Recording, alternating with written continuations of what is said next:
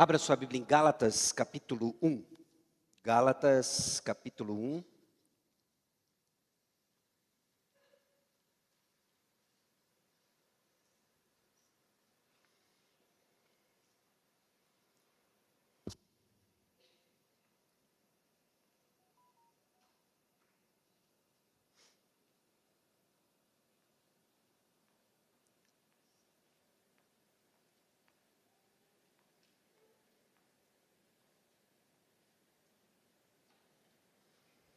O texto da nossa atenção hoje é dos versículos 10 a 24.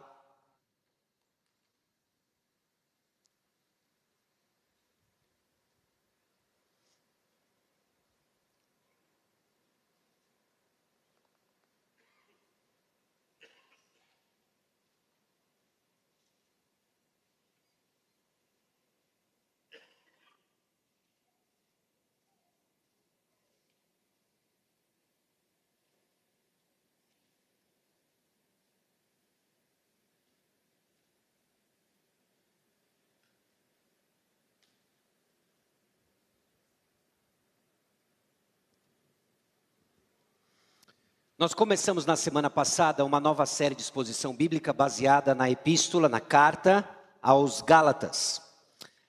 Nós entendemos como pregação expositiva quando o ponto da mensagem reflete o ponto do texto. Assim, Deus fala com o seu povo até os dias de hoje, produzindo a mesma coisa, produzindo os mesmos efeitos que produziu nos leitores originais, fazendo assim em nós também.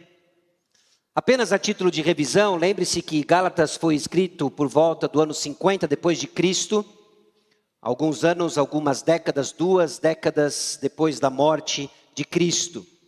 E a carta foi escrita por um grupo de igrejas situado no sul da Galácia, uma região conhecida como Galácia. E 3 pontos importantes permeiam o contexto dessa carta. O primeiro deles é que tinha uma certa divisão social e racial nas igrejas da Galácia. Cristãos judeus agora exigiam de cristãos gentios que não eram judeus a prática da lei. Havia um ensino sutil e gritantemente errado penetrando a igreja. Jesus mais alguma coisa. A controvérsia então foi tratada com seriedade e severidade, muito diferente do início das outras cartas. O apóstolo Paulo é muito rápido em corrigir esses irmãos, porque eles estavam se distanciando do verdadeiro evangelho. Na carta, então, Paulo explica com detalhes o evangelho e como ele trabalha a transformação do povo de Deus. E eu trouxe para os irmãos, então, naquele contexto que nós costumamos supor que, uma vez convertidos, não precisamos mais ouvir, estudar ou entender o evangelho.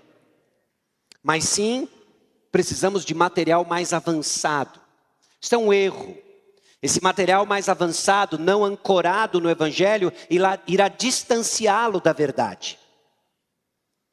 Com base nisso, nós fizemos a introdução em Gálatas capítulo 1, versículos 1 a 9, vendo de onde nós recebemos o evangelho, vendo o que é a mensagem do evangelho, o que ela produziu na vida do apóstolo Paulo e o que vem produzindo na vida de cristãos através da história da humanidade.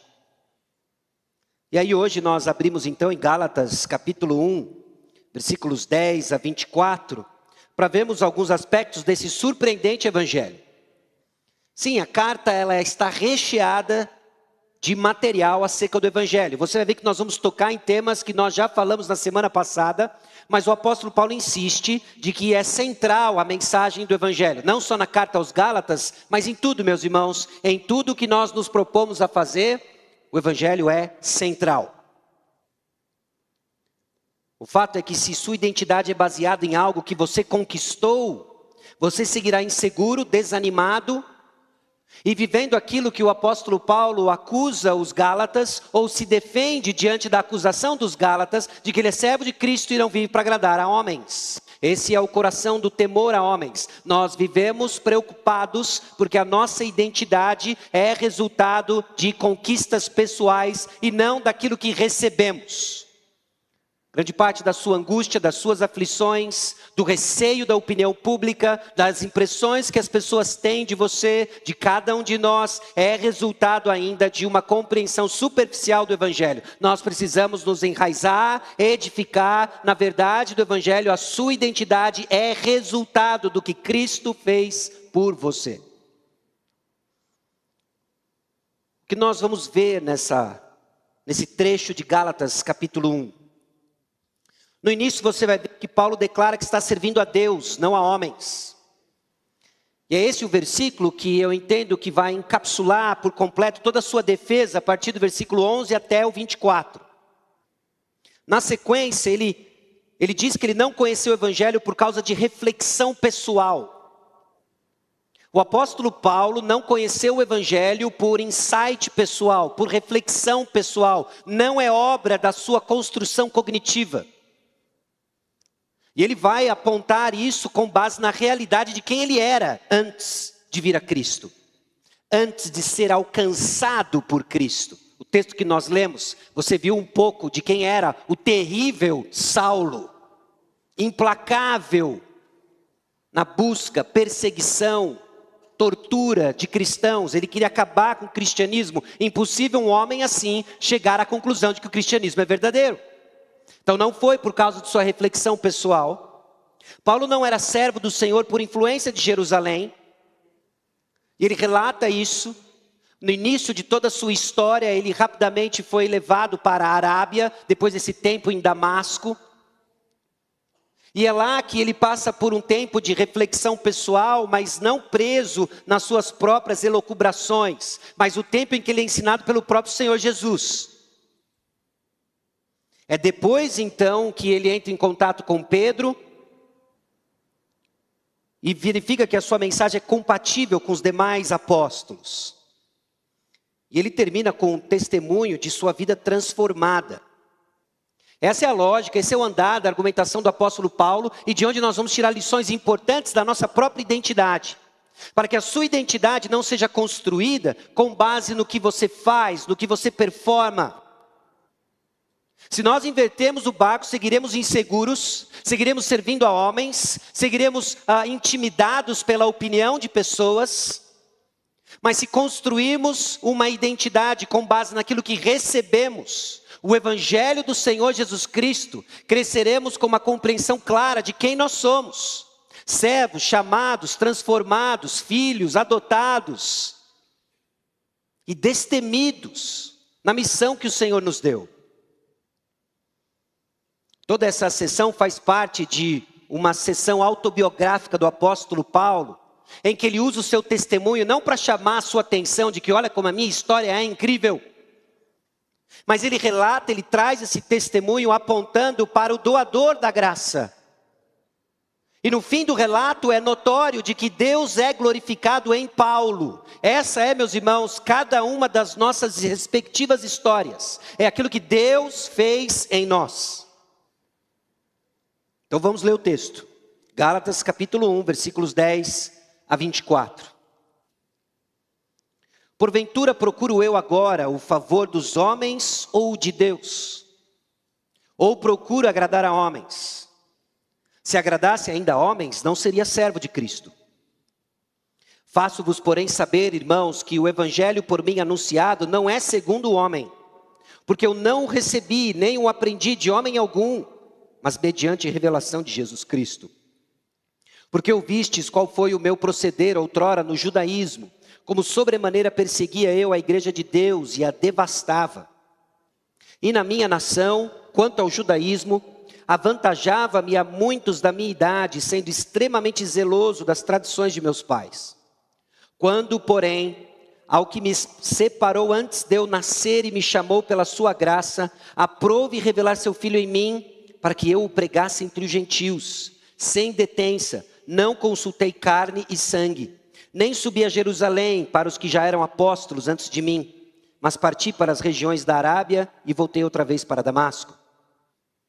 Decorridos 3 anos, então, subi a Jerusalém para avistar-me com Cefas e permaneci com ele 15 dias. E não vi outro dos apóstolos, senão Tiago, o irmão do Senhor. Ora, acerca do que vos escrevo, eis que diante de Deus testifico que não minto. Depois fui para as regiões da Síria e da Cilícia, e não era conhecido de vista das igrejas da Judéia que estavam em Cristo.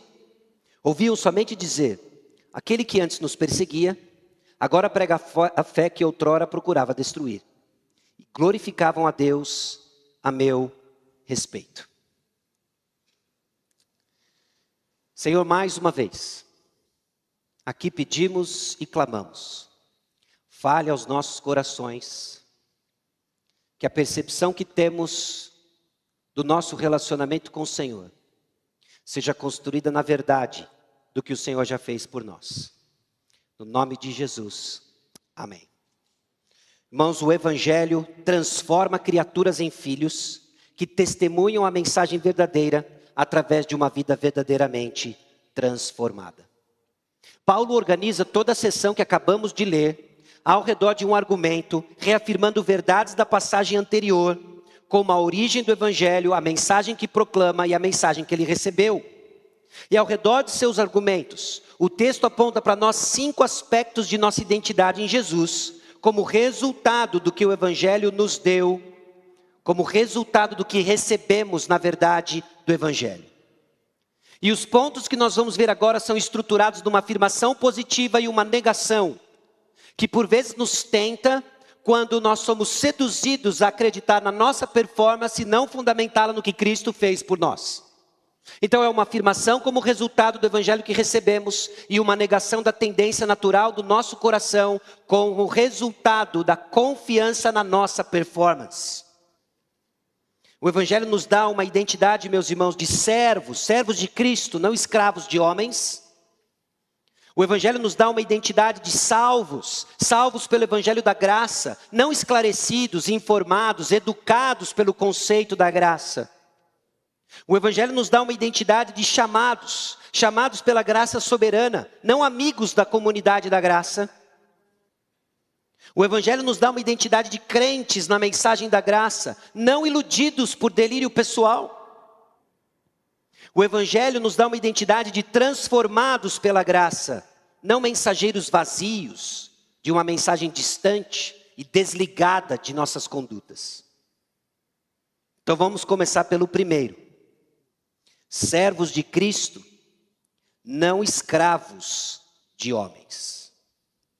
O contexto da carta é que o apóstolo Paulo estava sendo acusado de um evangelho fácil. E não é muito difícil suspeitar disso, quando nós vemos a percepção do erro descrito na Epístola aos Gálatas, em que estavam difundindo o Evangelho de Jesus mais a prática das obras da lei, que não é o Evangelho. E o apóstolo Paulo refuta isso, dizendo que é Jesus e mais nada. Então religiosos olham para o apóstolo Paulo e dizem: isso daí é muito fácil. Isso daí que você está dizendo é muito fácil. E o apóstolo Paulo começa então uma defesa, não necessariamente da sua reputação, mas a defesa do verdadeiro evangelho. É necessário e com urgência defender a verdade do evangelho. Porque se o evangelho está errado, tudo que cresce a partir dele vai ser errado. Então o evangelho precisa estar certo. A semente do evangelho precisa ser certo. É Jesus e mais nada. Mas Paulo, isso é muito fácil. Você está dizendo isso porque esse tipo de discurso agrada pessoas. Então o apóstolo Paulo refuta. Eu não vivo para agradar a homens, eu sou servo de Cristo Jesus.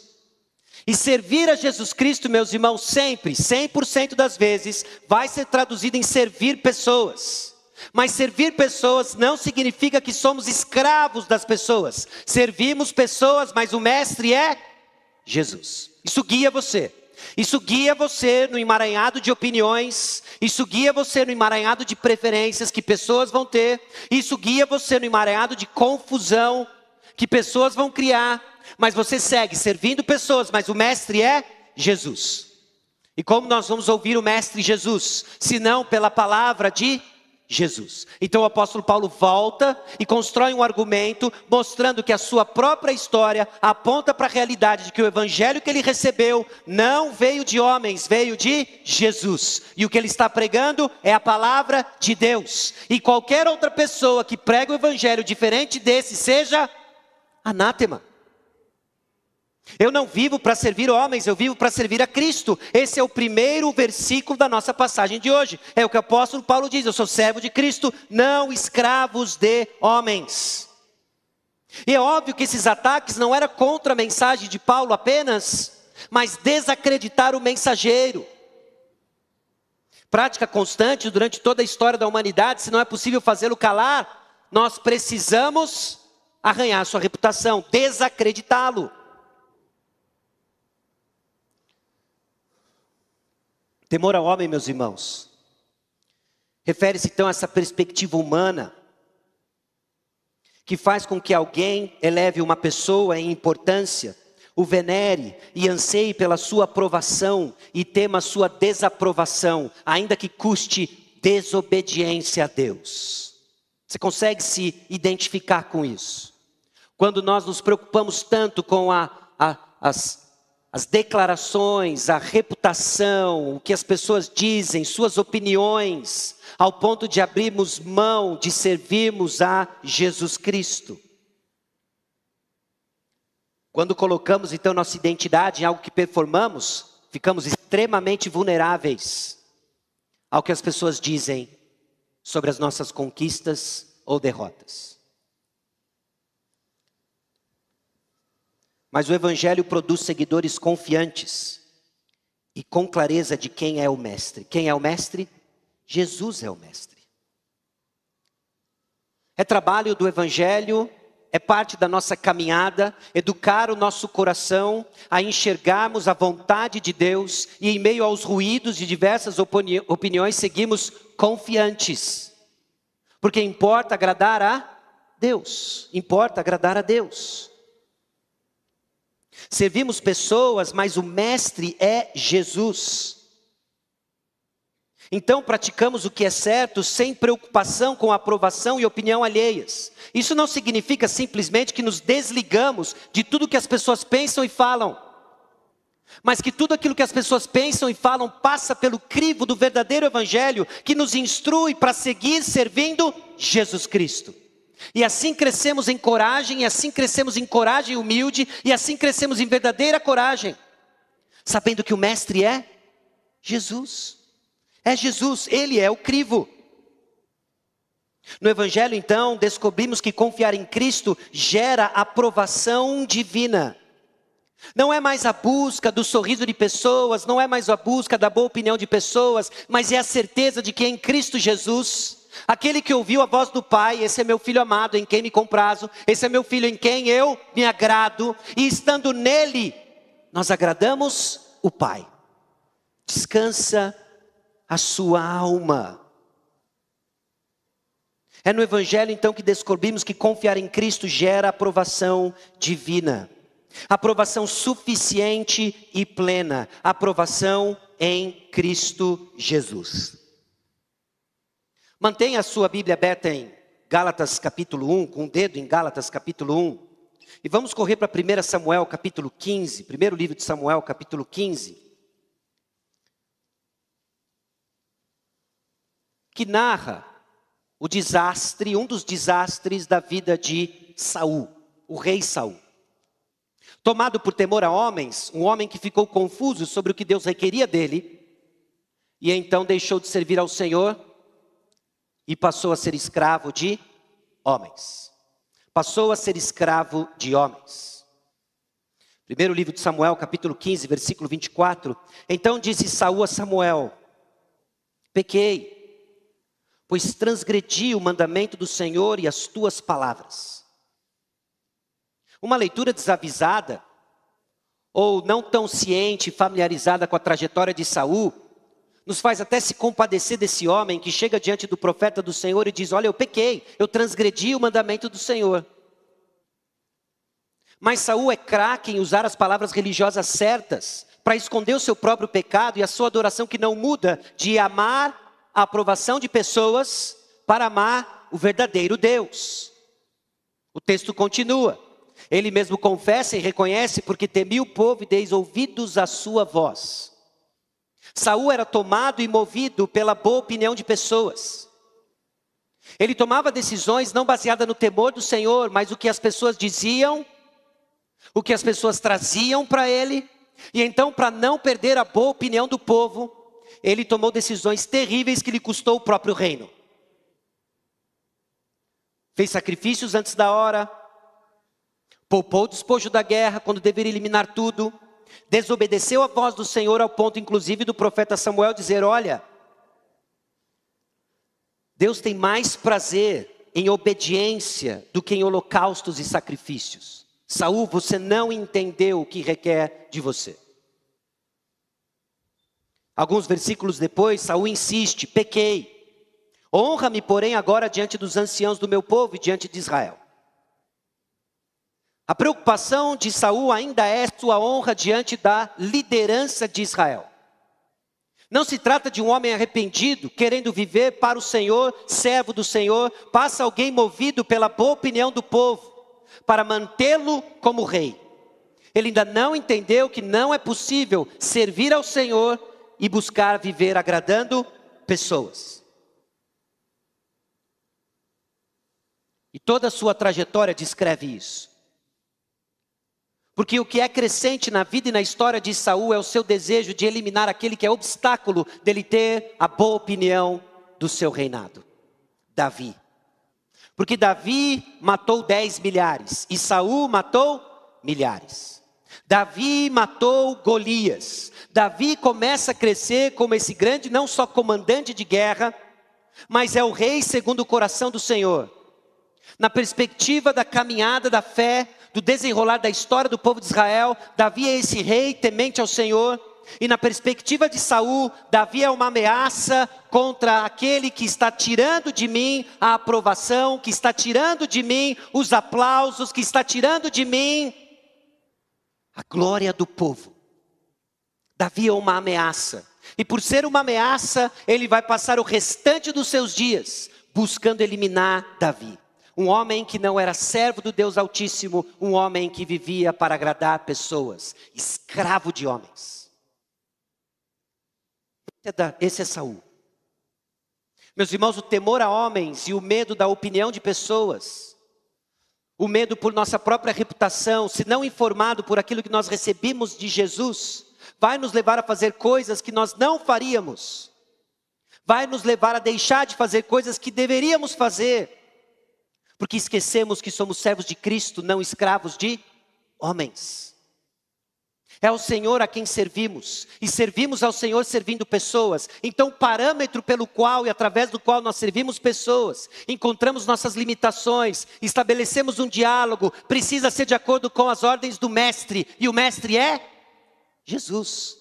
Quem nos disse isso? O Evangelho nos disse isso. Jesus nos disse isso.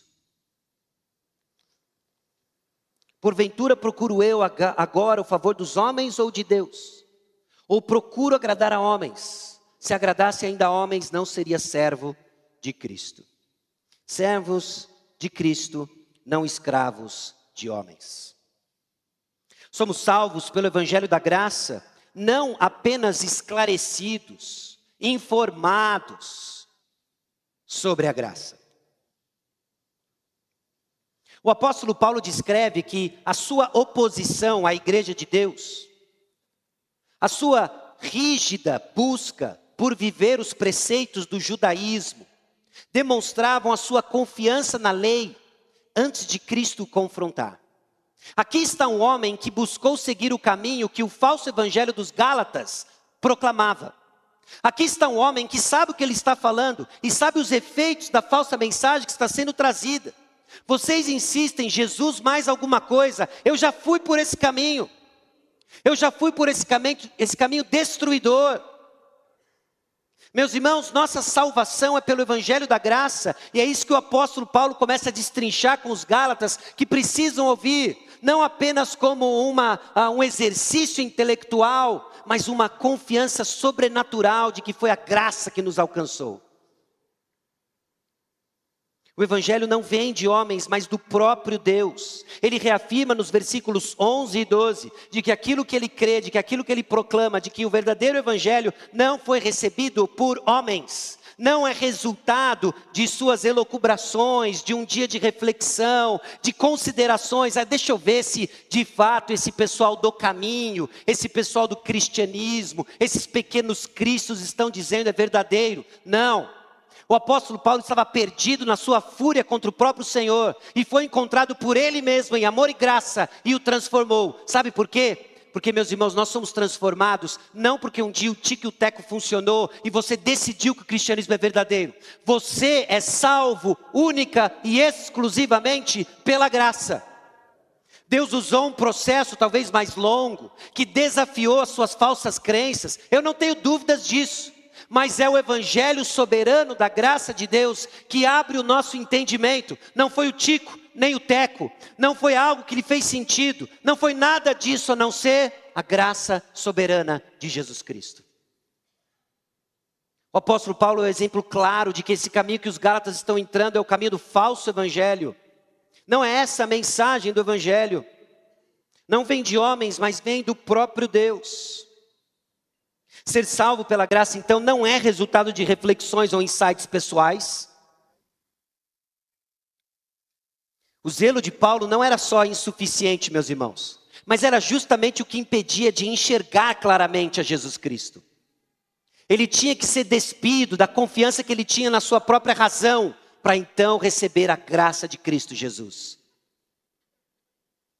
Talvez você já tenha observado isso com pessoas ao seu redor, que não enxergam a necessidade que tem de Jesus, porque estão presos na sua própria razão, que estão tentando fazer sentido, comunicar o tico com o teco, como se cristianismo fosse adquirido depois de um convencimento intelectual. Não é assim que nós recebemos o evangelho. Não havia justificativa humana para Paulo ter abraçado o evangelho, a não ser a graça soberana do Senhor. Pensar isso, então, sobre resultados, de que nós abraçamos o evangelho como resultado de insights, reflexões pessoais, é resultado de uma visão inflada e bem errada de nossa capacidade. Precisamos de uma visão ajustada de quem nós somos. Somos carentes da graça do Senhor. E ela se manifestou a nós na pregação da palavra e do verdadeiro evangelho, ao qual respondemos com fé, porque aprove assim ao Senhor abrir os nossos olhos. Nosso zelo, então, e sinceridade não são razões suficientes para estarmos certos. O apóstolo Paulo era sincero, o apóstolo Paulo era zeloso, sinceramente e zelosamente errado.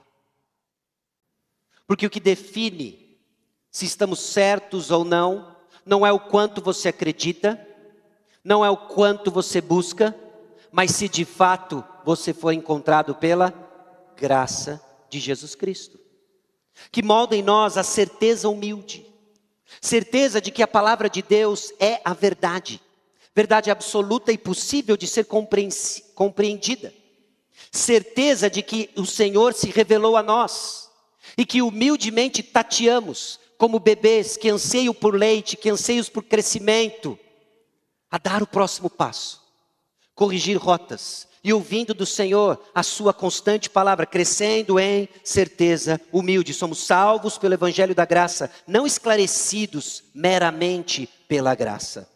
Sobre a graça, desculpa. O apóstolo Paulo declara: eu já fui por esse caminho. E não foi um insight pessoal. Foi algo drástico e sobrenatural. O Senhor veio até mim e abriu os meus olhos. Você, crente em Cristo, é crente porque o Senhor foi até você e abriu os seus olhos. Olhando para trás, você consegue até descrever os momentos em que você ouviu a primeira vez a palavra. Alguns até ridicularizaram a palavra. Essas coisas de crente.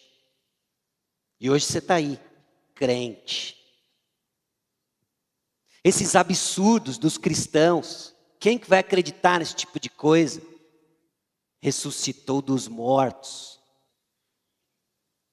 Talvez você tenha colocado isso na mesma categoria do Saci Pererê. Não é? Aí o Senhor abriu seus olhos. E você viu que não tem nada a ver com o Saci Pererê. Tem a ver com o Senhor Jesus Cristo, soberano, Rei da glória, que se fez homem, viveu a vida que você não consegue viver, morreu a sua morte, não ficou morto, ressuscitou no terceiro dia e ele vai voltar. Esse foi o Jesus que te encontrou. Somos chamados então pela graça soberana, não amigos da comunidade da graça. Nos versículos 15 a 17, o apóstolo Paulo faz um ponto interessante diante das acusações que são feitas contra sua mensagem e seu ministério. Quando, porém, ao que me separou antes de eu nascer e me chamou pela sua graça, aprove revelar seu Filho em mim, para que eu o pregasse entre os gentios, sem detença, não consultei carne e sangue, nem subi a Jerusalém para os que já eram apóstolos antes de mim, mas parti para as regiões da Arábia e voltei outra vez para Damasco. O apóstolo Paulo está deixando claro o seguinte: olha, quando Cristo se revelou a mim, ele não foi para Jerusalém, onde ele teria contato com outros apóstolos, a fim de que os Gálatas dissessem: olha, os outros apóstolos nos trouxeram uma mensagem diferente do que você está trazendo. Não, a mensagem que o apóstolo Paulo está trazendo tem a mesma fonte em Cristo Jesus, mas não teve um contato inicial com a comunidade da graça. A sua identidade é clara e exclusiva de uma única fonte, o Senhor Jesus Cristo. Esse evangelho que eu estou proclamando, esse evangelho que eu insisto e chamo a atenção e reprovo o que vocês estão dizendo, eu recebi do próprio Senhor Jesus Cristo. Não tem a possibilidade do apóstolo Paulo ter entendido errado. E alguns manipulando informação, supostamente vindo de Jerusalém, de atacar o ministério do apóstolo Paulo. Por quê? Porque quando ele recebeu de Cristo, ele não procurou carne e sangue nenhuma. Ele foi doutrinado pelo próprio Senhor. E essa mensagem que ele traz não é a que vocês estão proclamando. É Jesus e mais nada. É Jesus e mais nada. Meus irmãos, Deus não nos ama porque somos úteis. Ele nos ama simplesmente pelo fato de que Ele nos ama. O apóstolo Paulo está deixando claro para esses irmãos de que a sua identidade parte do fato de que Deus o ama. Antes dele ter feito qualquer coisa. Quando, porém, o que me separou antes de eu nascer e me chamou pela graça antes de nascer. Qualquer judeu atento lembraria de Jeremias, Isaías, profetas que foram separados antes de nascer. Teriam se lembrado da história de Jacó e Esaú, quando Deus trouxe a revelação para Raquel e disse: é Jacó, é Jacó. Por quê? Porque ele vai ser um grande homem. Não, antes dele nascer, não tem nada nele, só tem em Cristo Jesus. Nós somos, meus irmãos, chamados pela graça soberana. Não tem mérito em nós, não é porque você foi bonzinho, não é porque você tem sido bonzinho. Provavelmente a sua noção de bonzinho está bem distorcida, inflada. Mas é porque é Jesus que nos chamou. O apóstolo Paulo está deixando claro isso. Sua salvação então se manifesta numa resposta positiva ao chamado da graça. Sim, é pela graça, única e exclusivamente pela graça de Deus. Essa graça que se manifesta no dia em que você positivamente coloca sua fé em Jesus. Que inclusive é resultado da graça de Deus. Somos completamente resultados da graça de Deus. O Evangelho então é o óculos para enxergarmos a razão da nossa salvação. É isso que começa a dar sentido para o apóstolo Paulo, depois de um evento dramático que o levou a uma reviravolta de 180 graus. O homem que era perseguidor de cristãos, pega as autorizações, que usa tudo que está a seu dispor da lei, do seu conhecimento da lei judaica, vai à perseguição de cristãos, então é alcançado pela graça de Deus. De perseguidor, ele passa agora para proclamador da fé que antes ele perseguia. E agora, com os olhos lavados por Jesus, com essas lentes do Evangelho, começa a fazer sentido tudo aquilo que ele passou. Ele começa então a reinterpretar a sua história. Ele começa a fazer sentido daquilo que ele enfrentou, inclusive para trazer exortações àqueles que estão se desviando do Evangelho que o salvou. Já estive nesse caminho.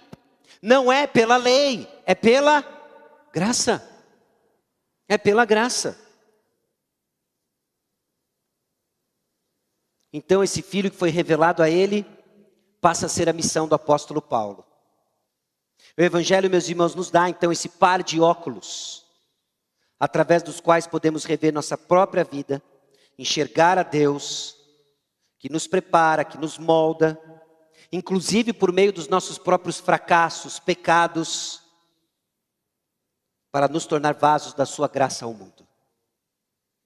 O apóstolo Paulo era um vaso nas mãos do Senhor, cuja vida e testemunho de transformação dava esperança para todos os cristãos, o principal dos pecadores, para que eu e você tivéssemos esperança.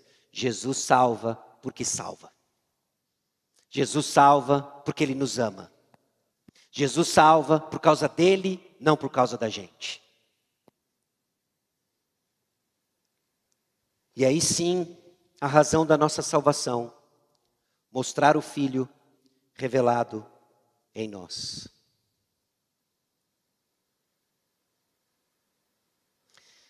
Ser crente então em Cristo é resultado do chamado soberano da graça divina, manifesto positivamente pela fé.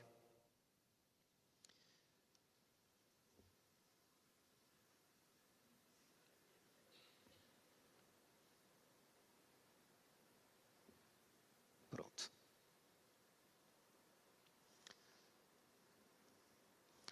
Somos crentes na mensagem da graça e não iludidos por delírio pessoal. Mas é interessante de que ao mesmo tempo que o apóstolo Paulo, logo que ele foi alcançado pelo evangelho da graça, não recorreu a carne e sangue, mas seguiu proclamando esse evangelho, foi instruído pelo próprio Senhor. Em algum momento, 3 anos depois, ele se encontra com um dos apóstolos, Cefas, também Tiago. E ali nós temos a impressão de que não só a mensagem ela é validada, mas ele busca essa união, ele busca a coerência da mensagem, porque se é a mesma que os apóstolos receberam, vai produzir os mesmos efeitos, vai produzir comunhão. Não é um delírio pessoal. Lá atrás, era a mesma mensagem. Não era o apóstolo Paulo que estava se desviando, eram aqueles que vinham da parte de Tiago, que inclusive Barnabé se deixou levar. A mensagem que recebemos vem de Deus e é validada no povo de Deus. A mensagem que nós recebemos vem de Deus e é validada no povo de Deus. Existe um aspecto sobrenatural de experimentarmos, exercermos a nossa fé no meio dos santos, no meio dos nossos irmãos. E esse é um lugar de segurança, que nos protege de delírios pessoais. Às vezes em nossa leitura bíblica a gente chega a algumas conclusões, não é? Aquele momento ahá, não é? Ahá, já entendi. E aí você chega a uma conclusão de que nunca ninguém ao longo da história chegou. Eu não tenho dúvida do seu estudo, eu não tenho dúvida da sua sinceridade, mas também não tenho dúvida de quão limitados nós somos e como às vezes o pecado ainda nos ofusca no entendimento da verdade. Por isso Deus distribuiu dons, por isso Deus nos deu uma comunidade, e no meio dessa comunidade nós testamos não só nossas conclusões, mas também nossa fé. Porque não se trata simplesmente de um estudo pessoal, uma jornada intelectual, mas validada na prática das mutualidades, validada no povo de Deus. Ser cristão, então, é uma jornada individual corrida no contexto de uma comunidade. Em Efésios capítulo 3, versículos 18 e 19, o apóstolo Paulo diz o seguinte: a fim de poderes compreender com todos os santos qual é a largura e o comprimento, e a altura e a profundidade, e conhecer o amor de Cristo que excede todo entendimento, para que sejais tomados de toda a plenitude de Deus. Você pode acumular muitas informações verdadeiras acerca da Bíblia e de Jesus sozinho. Mas você não vai chegar no conhecimento de Jesus verdadeiro sozinho. Porque o conhecimento de Jesus não é resultado das nossas ideias do tico e do teco. O conhecimento de Jesus é resultado sim de crermos em fatos verdadeiros acerca de Jesus e experimentados, validados no corpo de Jesus. Você não vai conhecer a Cristo longe do corpo de Cristo. O compromisso com o corpo de Cristo é fundamental para alicerçar, fundamentar a sua fé. E assim com todos os santos, você cresce na compreensão do amor de Cristo. E assim com todos os santos, você vai compreender o tamanho do amor de Jesus por você. Você vai conhecer mais do perdão de Jesus por você. Porque vai ser no corpo de Cristo que você vai ser exigido de perdoar o irmão. De pedir perdão para o irmão. Então o perdão de Cristo deixa de ser um conceito ao qual você é informado corretamente e passa a ser algo que você experimenta corretamente. A paciência de Deus não vai ser simplesmente algo que você diz amém. Vai ser algo que você vai aprender, não só vendo como os irmãos são pacientes com você, e vendo como Deus tem sido paciente. Você percebe que você não vai crescer no conhecimento de Cristo, longe do corpo de Cristo. É de fundamental importância, meus irmãos, esse envolvimento. É de fundamental importância estarmos comprometidos com o corpo de Cristo. Por quê? Por causa do cabeça, que é Cristo. Ser cristão, então, é essa jornada individual corrida no contexto de uma comunidade. Essa certeza, então, humilde, é baseada na palavra de Deus e forjada pelas mutualidades. Sim, a palavra de Deus objetivamente estudada, recebida e forjada, lapidada nas mutualidades, nos dando aquela sensação de aprender sempre mais das mesmas coisas. Já teve essa sensação? Parece que a gente roda e aprende sempre mais do mesmo. Roda e aprende mais do mesmo. Mas não é necessariamente no mesmo nível. Você vai enxergando mais do seu coração, mais de Cristo. E você vai aprendendo mais do que Jesus fez por você, aplicado em diversas áreas da sua vida, em diversas circunstâncias da sua vida, em relacionamentos cada vez diferentes, de uma forma cada vez mais profunda. E você vai aprendendo mais do mesmo. Acalentando o seu coração, afirmando no seu coração que você é filho de Deus. É o Espírito atestando no coração dos santos que nós somos filhos de Deus. Numa jornada, meus irmãos, de santificação. Somos crentes na mensagem da graça, não iludidos por delírio pessoal. Paulo não trabalhava então sob supervisão dos apóstolos de Jerusalém, nem dos da igreja na Judéia, mas era uma mensagem validada. A mesma que os apóstolos recebiam, e ele, apóstolo fora do tempo, também recebeu da mesma fonte, a saber, Jesus Cristo ressurreto. Não só crentes na mensagem da graça, mas também transformados pela graça. Não mensageiros vazios. Interessante imaginar essa dinâmica dos primeiros meses, dos primeiros anos após a conversão do apóstolo Paulo. Porque nós não tínhamos naquele momento, imagina, Saulo sai em perseguição e alguém vai atrás fazendo uma live, não é? Mostrando Saulo na rua de Damasco, então retratando a luz. Havia uns relatos que começam a se espalhar de boca em boca numa velocidade bem diferente do que talvez eu e você estamos acostumados. E uma dinâmica diferente. Mas já era claro e consolidado de que Saulo era um opositor implacável do cristianismo. E agora ele é visto pregando o cristianismo, pregando Jesus Cristo ressurreto. Há essa desconfiança. E a desconfiança começa a se acalmar quando de perseguidor ele passa a ser perseguido. De que aquele que buscava abafar com todas as suas forças a mensagem do evangelho, agora é o maior proclamador dela. Ele começa a dar evidências. Essas evidências não são o poder da mensagem, mas essas evidências declaram o poder da mensagem. E aí entra eu e você. A sua vida, a sua conduta não é o poder da mensagem. A sua vida, a sua conduta é a manifestação do poder da mensagem. A maneira como eu e você vivemos importa. Não porque iremos conquistar algo. O apóstolo Paulo já deixou claro, é Jesus e mais nada. Mas uma vez que Jesus e mais nada transforma o meu coração, agora ele me chama a uma conduta diferente, evidenciando o poder do evangelho. Jesus e mais nada.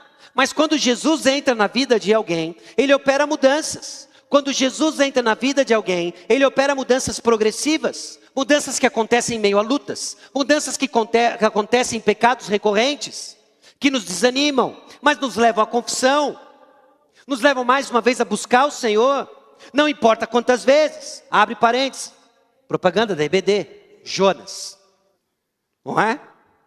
Você percebe a importância disso? Como as coisas são ligadas. Parece que é o mesmo livro. É o mesmo livro.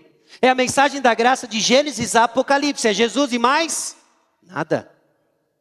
O que os ninivitas fizeram para merecer a graça de Deus? Empalaram crianças? Nada. Porque Deus amou os ninivitas. E queria mostrar sua misericórdia. Porque se trata de declarar a sua glória e o seu caráter. O que Deus viu em você, o que Deus viu em mim, nada. Apenas quis mostrar sua misericórdia, transformando cada um de nós em vasos para proclamar a mesma mensagem. E vasos que estão sendo trabalhados pelo poder da mensagem. Meus irmãos, somos falhos e vasos de barro, porém o ministério não pode ser separado da vida. Se a forma como vivemos traz vergonha ao Evangelho, a mensagem que proclamamos é enfraquecida. Mas cada tropeço é uma oportunidade para apontar aquilo que é a força do Evangelho. Deus não se cansa dos nossos recomeços e mais uma vez está pronto para perdoar, reconciliar, dando evidências de que não se trata de nós, mas dele. Única e exclusivamente dele. A forma então como vivemos e o testemunho que damos aponta para Cristo ou não? Então a forma como vivemos não é a maneira que conquistamos o favor de Deus. O favor de Deus já nos é dado pela graça soberana de Cristo Jesus. E uma vez que recebemos, aí sim opera a mudança em nós.